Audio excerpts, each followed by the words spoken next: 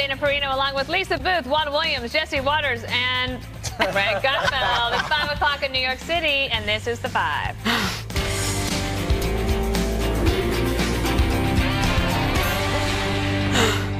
President Trump is in the UK and already making waves, holding a press conference with British Prime Minister Theresa May. The president downplaying the fallout of a controversial interview he gave to British newspaper The Sun, where he accused May of wrecking Brexit and killing off any chance of a vital U.S. trade deal. I didn't criticize the Prime Minister. I have a lot of respect for the Prime Minister. And unfortunately, there was a story that was done, which was, generally fine, but it didn't put in what I said about the Prime Minister. And I said tremendous things. It's called fake news. She's going to make a decision as to what she's going to do. The only thing I ask of Theresa is that we make sure we can trade, that we don't have any restrictions, because we want to trade with the UK. And the UK wants to trade with us. The president was met with thousands of protesters and a giant flying Trump baby blimp in London, which he said made him feel unwelcome. Oh. To make me feel unwelcome. No reason for me to go to London. I used to love London as a city. I haven't been there in a long time. But when they make you feel unwelcome, why would I stay there? You should say. One of the biggest issues angering demonstrators is Trump's tough stance on immigration, a subject he also broached during his press conference, warning Europe about the potential risks. I think it's been very bad for Europe. I think Europe is a place I know very well, and I think that what has happened is very tough. It's a very tough situation. I mean, you see the same terror attacks that I do. I know it's politically not necessarily correct to say that, but I'll say it, and I'll say it loud. And I think they better watch themselves.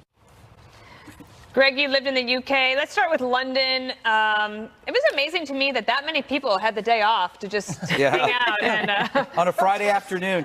The interesting thing, number one, is the balloon has absolutely no effect because Trump is actually bigger than the balloon. I mean, he actually is, as a phenomenon, wherever he goes, has a greater impact than anything there. So he is the number one story in England. He's the biggest thing in England. He's bigger than Big Ben.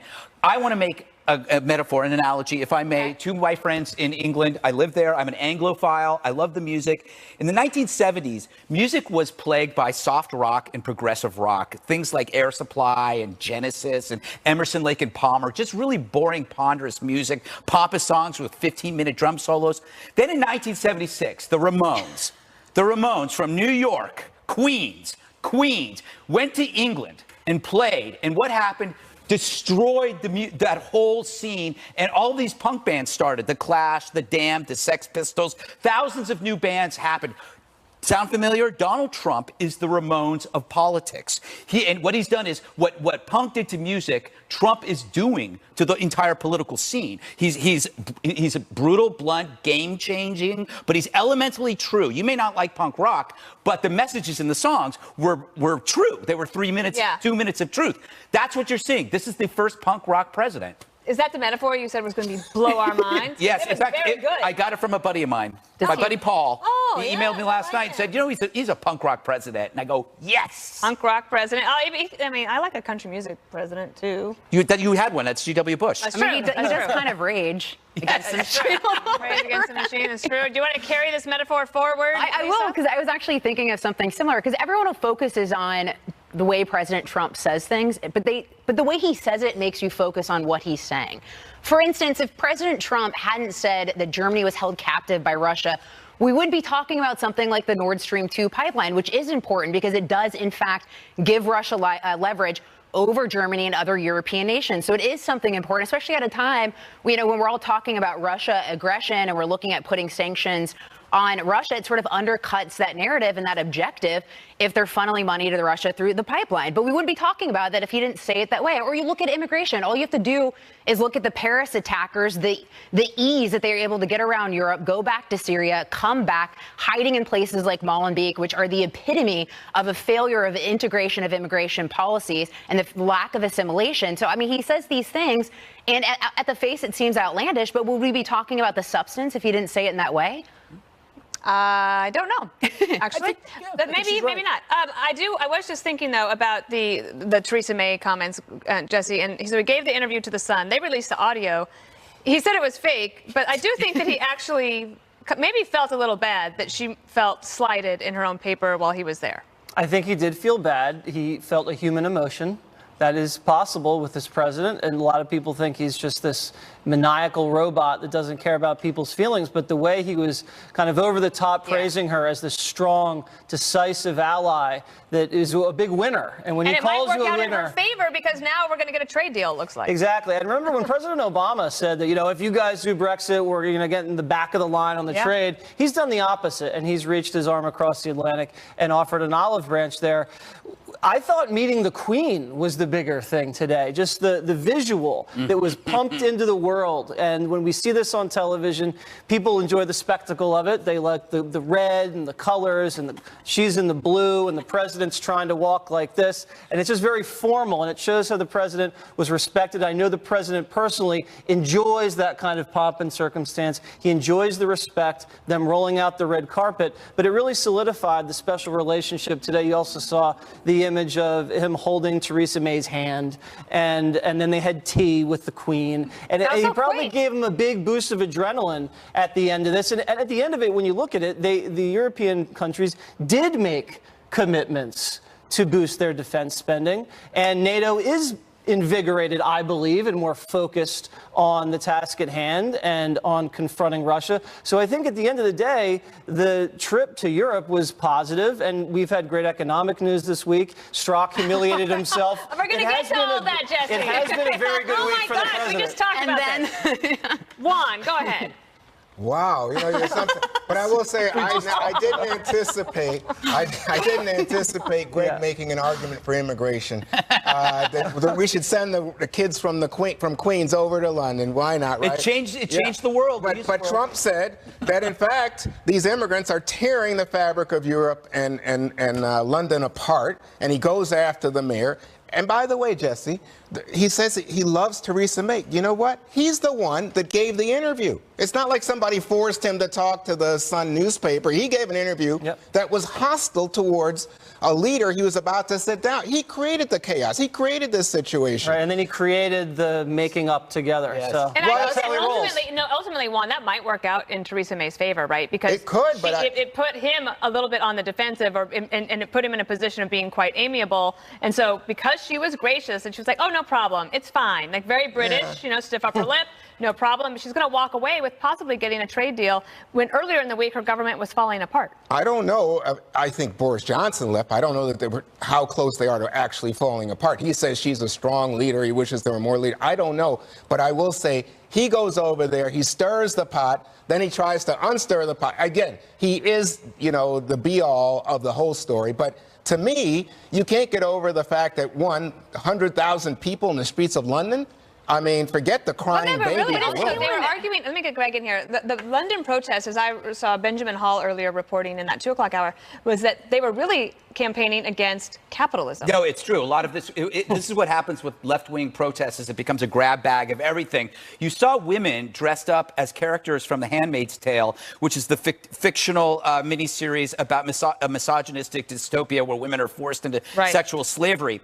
Now, I doubt any of those women dressed up as those handmaids ever did anything about the mass rape in England, what it has to do with is it Rotterdam? The sexual slavery that took place there was an absolute scandal that went on for years, and I don't see any signs for that. Now, but to Juan's point, everybody hates his style. Everybody hates his style. That's why he's punk rock. But the New York Times even had to admit today, was it today's paper? The headline was, Trump got everything Obama ever asked for. I didn't see that headline, but it sounds like a good one. That's not fake news. That's one of the things in the New York Times I agree with. But I think you guys understand, in a way, he's not even playing to the Europeans. He's not playing to Theresa May. Everybody plays to their domestic audience. Right. So he's playing to an American base. When he brings up the immigration issue, he's trying to stir that up here. I think he talks about terrorism as well, though. There's no truth. I mean, are you kidding? Europe. I mean, what did Theresa May say as she was standing there next to him? Immigration has been great for Great Britain. That's what she said. But Juan, all of from Germany to Denmark to Sweden to all of these populists are rising up because of correct. So I think he's playing. Hang on. He's playing to populist nationalist sentiments that he would like to excite here at home for the midterms. But that is not. It's not the case. What do you that say you about are breaking apart Europe and the fabric is being torn, and that the mayor of London is responsible for all this terrorism? What I hope he says that to Vladimir Putin about poisoning people in London. Jesse, one of the signs that they had today that I thought was kind of preposterous. It said, "No to Trump, no to war." Like, well, what war? Like, Trump is really not the warmongering Just president. the war on the press. Yeah, That's the only war he's successfully prosecuting. Like, I spoke to someone. Except for that one article today. Except for the New York Times. I spoke to someone today who said these are not, the downtrodden, lower class people that have been crushed by the Industrial Revolution. These are people named Alistair that come from snobby backgrounds and went to nice prep schools that can afford to take the Friday afternoon off. All right. The dust is still settling on Capitol Hill after an explosive public hearing with anti-Trump FBI agent Peter Strzok. This as his lover, Lisa Page, is questioned behind closed doors today. All the developments next.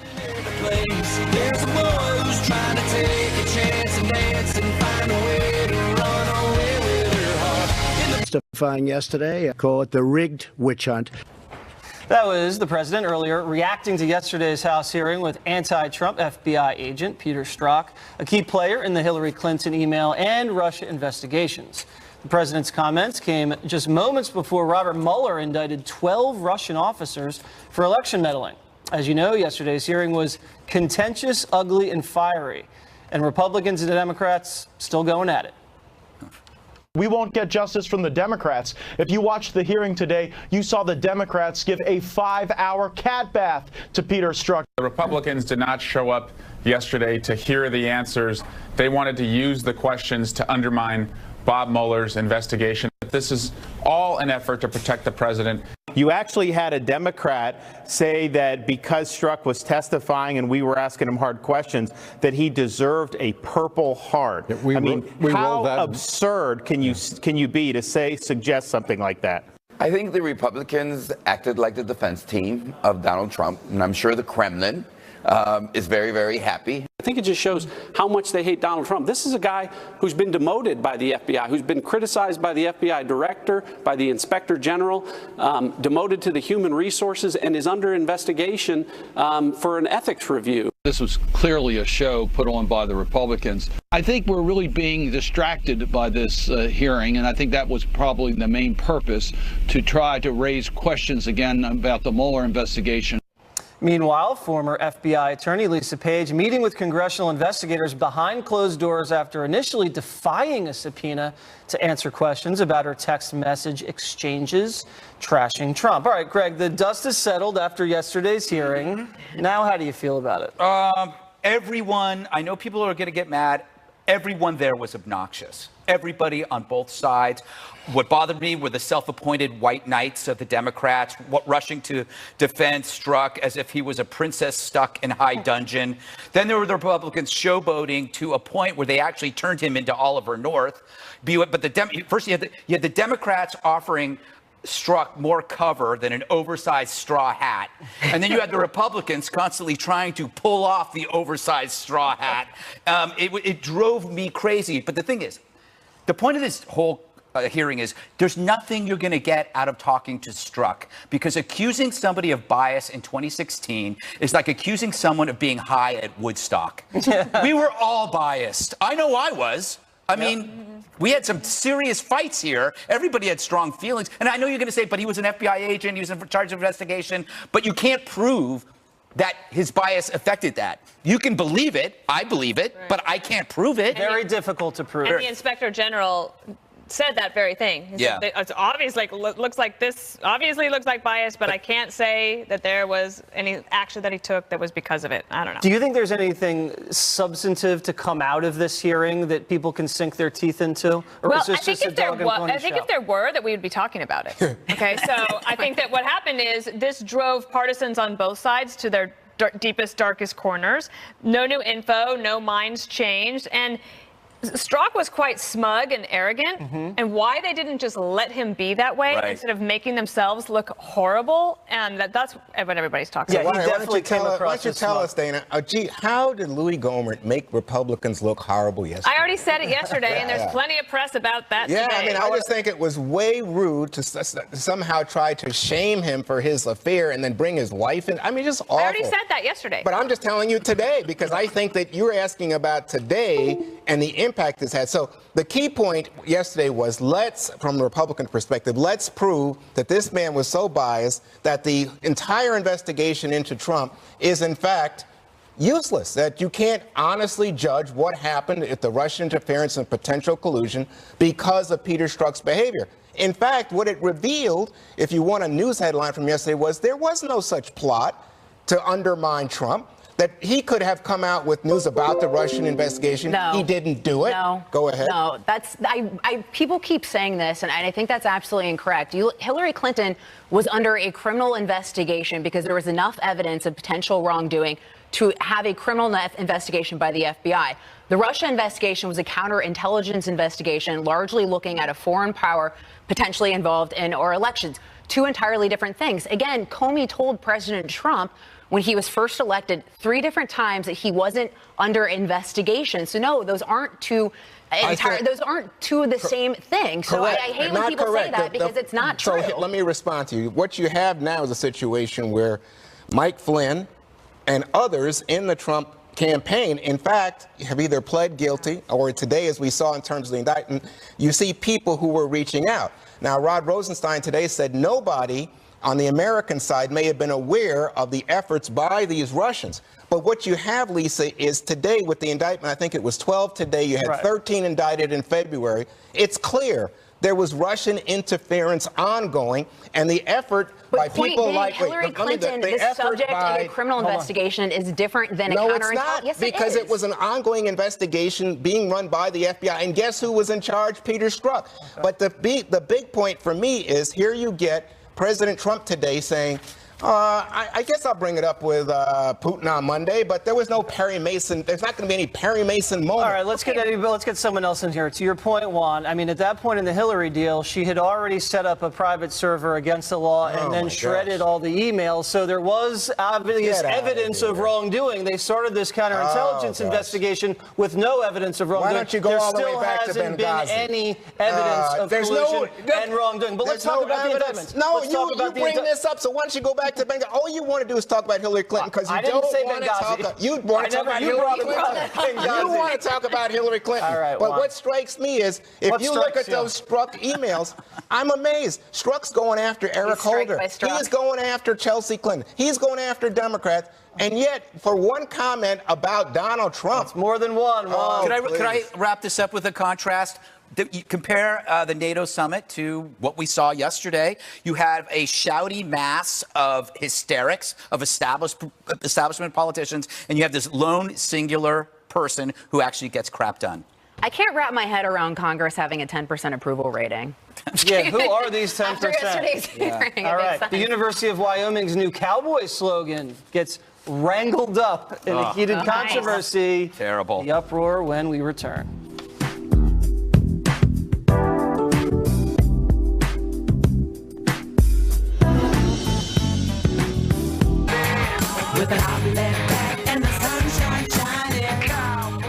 Oh my, the PC police at it again, this time in the cowboy state.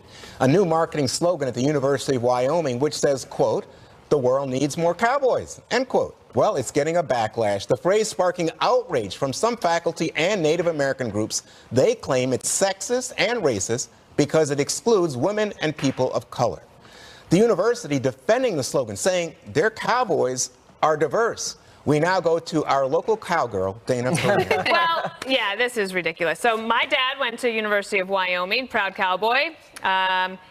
You know, Liz Cheney's daughter, I think is going to be, I don't know if that's allowed. Am I allowed to say that? But anyway, she just got into the school, and she's going to be on the rodeo team, which is very exciting. I do like it that the Board of Trustees unanimously rejected this nonsense. I do think that this is proof that the world actually does need more cowboys, because it's preposterous.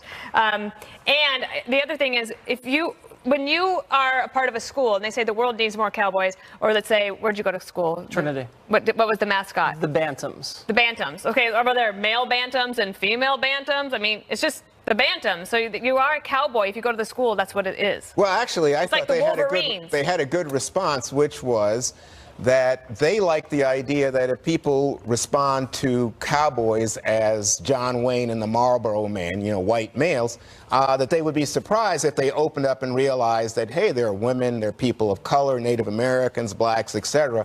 And that the contrast then would say, hey, there's a different reality to the University of Wyoming. Do you think that sells, Jesse? I think it sells, but I think it's simpler when you just say this is the place for cowboys. That's why slogans work. You don't say this is the place where there's cowboys, cowgirls, minority cowboys, cowpersons, and Indians. That just can't even fit on a brochure. And I also don't understand, like, you can't say Indians can't be a mascot and cowboys can't be a mascot. What does that leave you? Who else was on the prairie?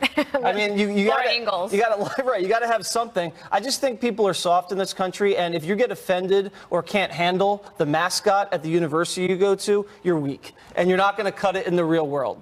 Is that right? Yeah, that's right. Yeah, we could just say cowpersons and be never. No, I'm joking. Everybody can be a cowboy. No, this is so stupid. And my broader concern, as you mentioned, the weakness of society, because we're not building future generations of leaders. I mean, what General Mattis's are walking around college campuses when you're taught to not be able to tolerate people with different opinions, different races, you shut people down that, you know, look at life in a different way than you. How are you ever going to go out into the real world and face reality? Or even more, how are we breeding the next generation of leaders when everyone is so soft and weak? Well, wait a second. So here's the contrary thought. The contrary thought would be you don't want a slogan that makes people feel excluded. That's you can be a cowboy. I can be a cowboy. Jesse's a cowboy. Dana's a cowboy. Well, you know, it Greg's excludes all the people that aren't in the university.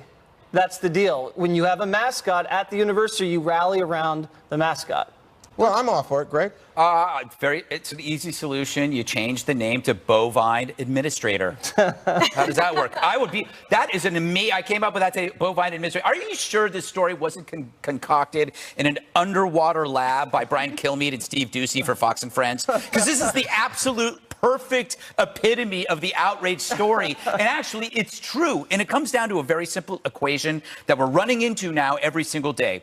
Do you change everything in life to satisfy a tiny, tiny block of people who are only demanding these changes for an exercise in domination, right? Yes. Because you know that changing cowboy to bovine administrator is not going to improve your life. As an activist or a social justice warrior, it's not actually going to do anything to your life. So this is more about pure attention-seeking behavior. So you're sniffing constantly for some kind of vulnerability where you can say, aha, you are an oppressor. You must change now. And that's what this is about. And it's never going to be good enough. Yeah, more people have to be like this college and say, we're willing to risk the slings and arrows of an angry, tiny percentage of people. Grow up. By the way, it was unanimous. Yeah.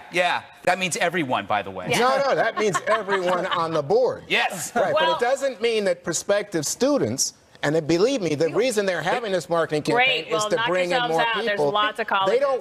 They don't want people coming from other parts of the country to say, if you're applying to the University of Wyoming, I'm pretty sure you know what you're getting. Also, yeah, but the hope is you probably don't have that big of problems in life if this is what you're stewing over. Oh, no. The people that think about this do have huge problems. It's called identity politics, and it's destroying their careers and futures. Yeah. And they're coming after people who are useful and productive in society. We have to worry about this. Yeah. No, people are losing their jobs because they step on the wrong little landmine. Oh, no, I think the identity politics politics worry here is the exact opposite, that you can have a broader identity for the cowboy, which is what I think some people here are saying, than simply the Marlboro Man. And people want to do that. I don't see anything wrong. One day we'll talk about the Marlboro Man. Okay. Outrage. Yes, more outrage for you. After Forbes calls reality TV star Kylie Jenner one of America's richest, and this is the controversial part, self-made women. That's next for your Fun on the 5.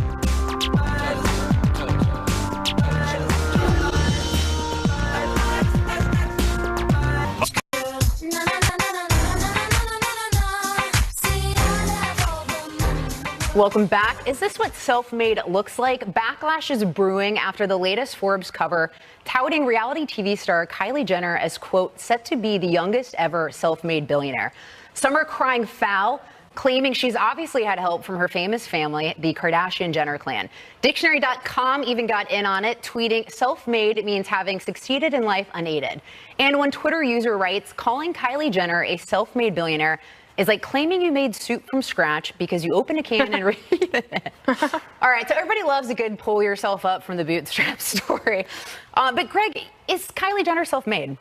I don't know. I don't know if that's the problem. I think this should be the big message here is that she owns what she does. And this is something that everybody should be thinking about when they're young. And even if you're in your 30s or your 40s, you still have 4 to 5 decades left on this planet. You should own something. If it doesn't grow, you had the pleasure of owning it. And if it does grow, you can get rich. She's aspirational for so many young people to turn your hobby or your love into an occupation because you have the internet. You can open up a storefront. If you're interested in a certain product or thing, you can make it your own. And if you don't make any money, it's still your hobby. But if you make money, you make money. So I think that a lot of people are, making fun of her. I think it's pretty cool. She majored in herself. She's the CEO of her own person. Yep. Well, and Dana, so 3 years, she's made $900 million. That's a lot of money. She owns 100% of the business. Exactly. I do not own any of that. Is this criticism fair? Not necessarily. I think a little bit of it is probably jealousy. And of course, it would be even more impressive if she had been born with zero and her parents never helped her and she didn't have famous sisters and stuff. But I think in today's world, how many people... my dad helped me find a summer job at a place where I worked in an office and I worked my way up. How many people that you interview today, that's because your friend's daughter really needs a job and there's something, and everybody is helping somebody else out. She just happened to make a lot of money that way. Well, and Jesse, the fat Jewish, that's his name from Instagram, just so people say that, he's starting a GoFundMe page to raise the additional $100 million. It's obviously a joke and to get attention, and it's working. But Jesse, what do you make of all this? Well, I'm self-made. Yes, you are. Think about it. I started as a production assistant here, and now I'm on the 5. So I didn't have any help from anybody. No. People tried to keep me down for many years. Yes. Listen, she's really attractive, and that's the key. She had a sister who got famous for you-know-what, and then she capitalized on that. She's got a famous name, famous family, but she's obviously got business savvy because these product lines or the makeup lines, whatever it is, are incredible, and people admire her, so I have a lot of respect for her. And, if she wants to share some of that fortune, I'm all here. I'm here. Yes. I could see that pairing. Juan, I'm sure you follow the Jenner Kardashian closely. What do you think of all this? I think it's hilarious. First of all, maybe you guys can answer a question for me. Why are these people famous other than I don't think you want us to get into that. I don't have any idea. But I think that then somebody comes out with anything. And it didn't have to be cosmetics. It could have been clothing. It could have been cars. I don't know. And then everybody sells it on the basis of the name. So to somehow give her credit, I don't understand Forbes because I read Forbes. I think it's a serious magazine. But to say self-made, I think, boy, talk about privilege. That's privilege. That's family, wealth, connection, and a mom who is an absolute shark when it comes to business. So I think maybe you should have put the mother on the cover, not her. I'm sure she probably has. That's a good point. Well, and the mom, I guess, has made $17 million already off of the makeup line.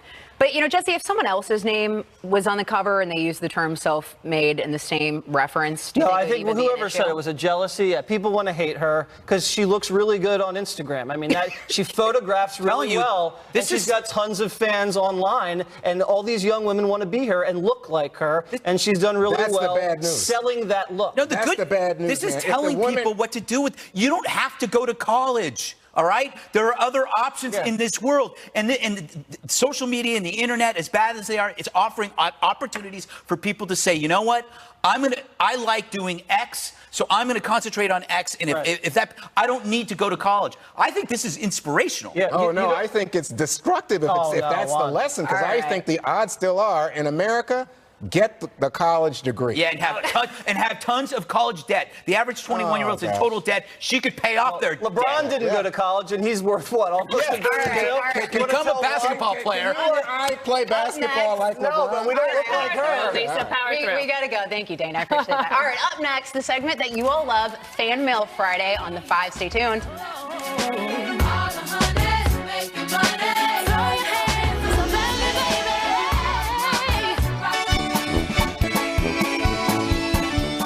Yeah, we're going to polka through the summer. I'm back from vacation, tanned, rejuvenated, and ready for some Fan Mail Friday. Okay. Ooh, this is a good one from French12871. That's his actual name. Interesting, isn't it, Twitter? What annoys you the most when you are flying? Jesse.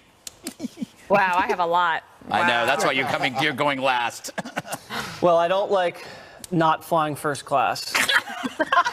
It's hard to go from first class and then go back to coach. You have to admit that's true. Back with the peasants. You know, I don't like when people kick the back of my seat. You know, I don't like when the bathroom's occupied and I have to go. I mean, there's a lot I don't like about flying. I could go on forever. Juan? Well, I mean, just from the start, I don't like the lines. So you have the security lines, especially like if it's on a holiday and you get a lot of people who aren't regular flyers, and they just stand there and like they want to argue about, why do I have to take off my jewelry? And you think, lady, shut up. But you know, I mean, like last night I went to the Mets game and they have a clear line there now. You just get in, and I think that people should use it. But then if more people use it, that's a then they need another clear line. Right. Clear plus. You know when lines aren't bad? I was at Newark Airport and waiting in the line, and Chris Hemsworth was right in front of me in the line from Thor. Yes. Very handsome. And then the line didn't matter. You know what? You know what you just told me? Take your time. You know what you just told me? That even Chris Hemsworth has to wait in line. They're just like us. But no, go ahead. I didn't want to take Dana. Okay, I'm going to go with when somebody's playing their headphones louder than they should, and you can kind of hear their music, but not really. Super annoying. Anybody who is eating things like sunflower seeds on a plane, absolutely not. That's absolutely bad form. And also, the other thing that annoys me, and some people can't help it, but the shaking of the leg up and down. That's me. Because you're trying to read your book or do something, and the only thing you can see out of the corner of your eye is somebody's leg going like this. It drives me Thank God it's a leg. You know what? I'll tell you what. You know what I hate? I'm going to tell you what I hate, and I'm going to tell you what happened to me flying back from vacation. One, I don't like people taking off their shoes and socks. That's disgusting. Your feet are the least attractive part of your body. Also, okay, so I'm going on the plane with my wife, and we're not seated together, but weuld seated in the same row, but we're not seated. And they don't. Yeah, and so I wait for the guy to come and sit next to me, and I go, hey, would you like a window seat so I could sit with my wife? And he said, no, I'm okay. And he sat down. And I look at Elaine and I go, I'm sorry. And she sits down. And then he goes, hey, I just want to let you know, huge fan of the 5. I watch the show. I watch the show every day. Oh my God. I love the show. And I'm going like, well, what a great fan. Okay, actually, I kind of respect that. All right. I think the takeaway is everyone's really easy to travel with. Yes. I'm not. I have very high standards. Yes. You know what, though? Let me just throw something in. The worst, I thought of something worse, which is when they make you sit on the tarmac for 3 or 4 hours. That's awful. That's panicky. That's like being stuck in an elevator, a giant horizontal elevator with 300 strangers with their socks off. All right, Facebook question from Michael W. Baseball players have walkout music for when they walk out to the plate when they bat. What would your walkout song be when walking on the set? Boys of Summer. I love that song. God, I love that song. That's your answer to everything. I know. It's like, who do you hang out with? Boys of Summer. It's nice to have a canned response. Great song. All comes down to boys. I would steal from the president and do "You Can't Always Get What You Want." I just think I did it actually at a conference one time because I just think it's hilarious that so many people dislike him and he walks out to it. I want to change mine. I want mine to be "Hail to the Chief." While you're in first class? Juan. Oh, I think like "Eye of the Tiger," I like Bobby Brown's "My Prerogative." I just think that's a cool song. Yes. Terrible person, though. This just takes me back to when I was in 3rd grade, and Josh Williams asked me who my favorite band was, and I said REO Speedwagon, and he made so much fun of me as if that was not a cool answer. What's his name? Josh Williams. I bet he's nobody now. And Might not be. he probably watches He you. used to wear an AC/DC shirt. Oh, well, then he was probably pretty cool. Yeah. You mean, what? Maybe he was right. There's no comparison between AC/DC and REO Speedwagon. I thought it was kind of lame. I don't know. Well, now that he runs Goldman Sachs, I guess you have some regret. How about you got to know when to fold them? That's a good laundry song. No, I would say, coming out, I would do the theme to Shaft. All right. Oh, okay, I'll be quick. What's your funniest blooper, Dana? Bleeped one time because Eric Holder was saying something in a soundbite, and I didn't know we were coming back to air, and I was saying something quite derogatory about the comment, and I got caught and I got bleeped like somebody else who used to be on the show. Like there's only 2 people who've ever been bleeped on this show. And you're one of them. You were one of them? Yes. That's surprising. I mean, this was off camera. I walked into a glass door today. Smashed my head. I wish you got to pull the security footage. But life is full of bloopers if that's a blooper. That's true. Yeah. That's like every day. We meant TV, Juan. What's on any blooper? I don't know. I mean, I say stupid things all the time. So, You know what? Your fans are going to agree with that. There you go. Lisa, any mistakes recently? Well, I mean, you try to say something, you forget, and then it's just silent. I mean, did Or you hear her in say the A block? Hey, slow down. She's a guest. The past 50 minutes. The past 50 minutes. All right. Mine was when we did a segment on Red Eye about circus peanuts. And that's all I'm going to say because I didn't say it that way. One more thing up next.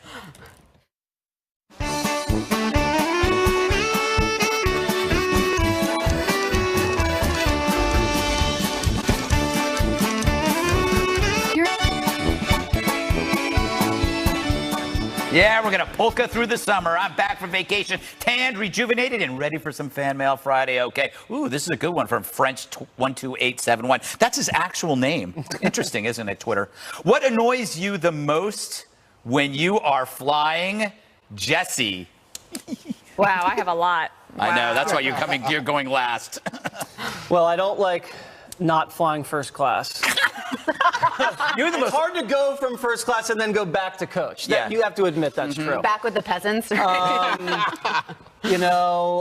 don't like when people kick the back of my seat. I don't like when the bathroom's occupied and I have to go. I mean, there's a lot I don't like about flying. I could go on forever. Juan? Well, I mean, just from the start, I don't like the lines. So the security lines, especially like if it's on a holiday and you get a lot of people who aren't regular flyers, and they just stand there and they want to argue about, why do I have to take off my jewelry? And you think, lady, shut up. I mean, like last night I went to the Mets game and they have a clear line there now. You just get in, and I think that people should use it. But then if more people use it, then they need another clear line. Right. Clear plus. You know when lines aren't bad? I was at Newark Airport and waiting in the line, and Chris Hemsworth was right in front of me in the line from Thor. Yes. Very handsome. And then the line didn't matter. You know what you just told me? Take your time. You know what you just told me? That even Chris Hemsworth has to wait in line. They're just like us. But go ahead. I didn't want to take Dana. Okay, I'm going to go with when somebody's playing their headphones louder than they should, and you can kind of hear their music, but not really. Super annoying. Anybody who is eating things like sunflower seeds on a plane, absolutely not. That's absolutely bad form. And also, the other thing that annoys me, and some people can't help it, but the shaking of the leg up and down. That's me. Because you're trying to read your book or do something, and the only thing you can see out of the corner of your eye is somebody's leg going like this. It drives me Thank insane. God it's a leg. You know what? I'll tell you what. You know what I hate? I'm going to tell you what I hate, and I'm going to tell you what happened to me flying back from vacation. One, I don't like people taking off their shoes and socks. That's disgusting. Your feet are the least attractive part of your body. Also, okay, so I'm going on the plane with my wife, and we're not seated together, but we're seated in the same row, but we're not seated. And they don't. Yeah, and so I wait for the guy to come and sit next to me, and I go, hey, do you mind if do you mind if, would you like, I said, would you like a window seat so I could sit with my wife? And he said, no, I'm okay. And he sat down. And I look at Elaine and I go, I'm sorry. And she sits down. And then he goes, hey, I just want to let you know, huge fan of the Five. I watch the show. I watch the show every day. Oh my God. I love the show. And I'm going like, well, what a great fan. Okay, actually, I kind of respect that. All right. I think the takeaway is everyone's really easy to travel with. Yes. I'm not. I have very high standards. Yes. You know what, though? Let me just throw something in. The worst, I thought of something worse, which is when they make you sit on the tarmac for 3 or 4 hours. That's awful. That's panicky. That's like being stuck in an elevator, a giant horizontal elevator with 300 strangers with their socks off. All right, Facebook question from Michael W. Baseball players have walkout music for when they walk out to the plate when they bat. What would your walkout song be when walking on the set? Boys of Summer. I love that song. God, I love that That's song. your answer to Everything. I know. It's like, who do you hang out with, Boys of Summer? It's nice to have a canned response.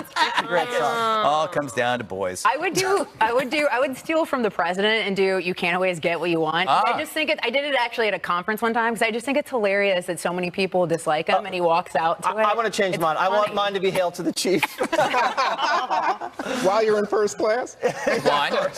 Why? Oh, I think like Eye of the Tiger, I like Bobby Brown's "My Prerogative." I just think that's a cool song. Yes. Terrible person, though. This just takes me back to when I was in 3rd grade and Josh Williams asked me who my favorite band was, and I said REO Speedwagon, and he made so much fun of me as if that was not a cool answer. What's his name? Josh Williams. I bet he's nobody now.